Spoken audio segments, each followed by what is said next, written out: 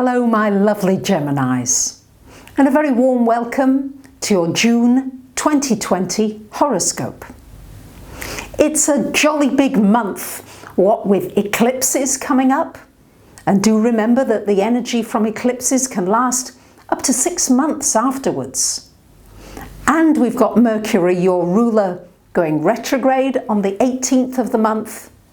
And we've got Venus retrograde in your sign, Gemini.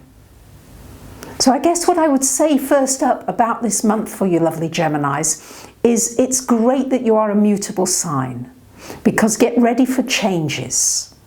Get ready to be able to be flexible, to be able to be adaptable, and to be able to take a step back. We've got a lot of retrograde things going on astrologically.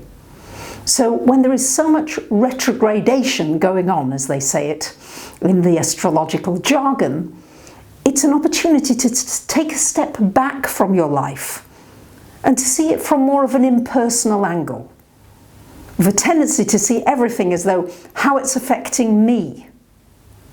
But sometimes things are not personal, and if you can take the big personal things out of it, suddenly you might find something quite funny rather than so serious.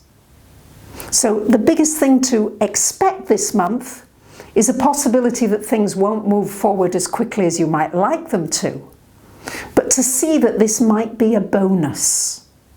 Have you ever watched sportsmen in slow motion? Well, you see something in slow motion, it can be very beautiful, can't it? And you can see much more of the detail of the action when it's slowed down. This is the big advantage of these aspects.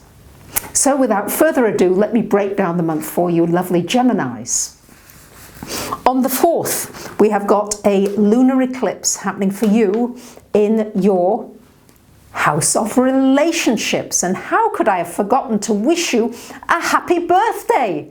It's all that retrogrades. I'm having to go over and rethink things. So don't be afraid to that. Don't be afraid to say, sorry, I forgot something. Forgive yourself if you change your mind about something.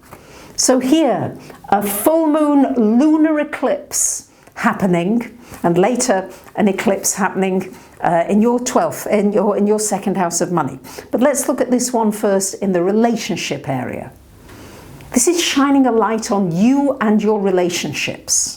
Of course, the Sun for much of this month, and Venus all month in your first house, making you very popular, attractive, feeling good about yourself. So something may come to a head in a relationship. You may meet somebody. You may improve an existing relationship. You may say, hey, there are some important changes that need to be made here, and I'm willing to put the work in. Doesn't matter whether the other person is willing to put the work in sometimes. Sometimes you can just do the work on yourself and everything changes. Sometimes you do have to end in a relationship. I'm not saying that that may not be the case, but sometimes just a little more inner work and that ending can be a whole lot easier for you than it might have been.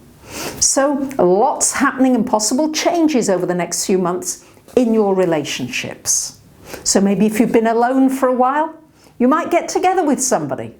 Maybe you've been together with someone for a while, it's going a bit stale, it's time to renew it or move on. And on the 18th of the month, we do have Mercury retrograding here in your second house of money. It's going to be retrograde until July the 11th. And also on the 21st, we've got the Sun coming into the second house, and also on the 21st, a solar eclipse happening here. So big activity here in the money area for you. An opportunity for a new beginning. An opportunity with Mercury there to rethink a situation.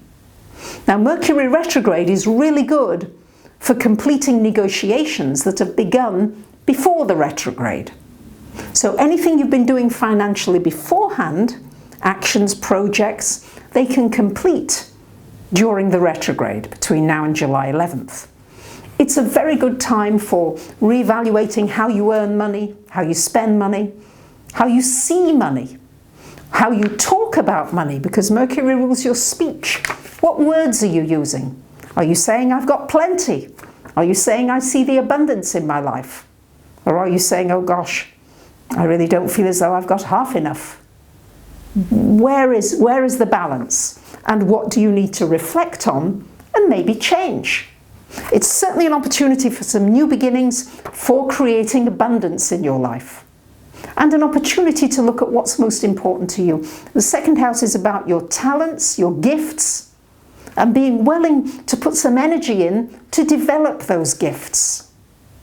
That may be one of your challenges coming up over these next few months.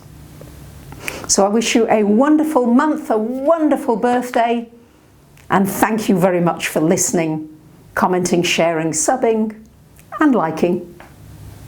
Bye for now.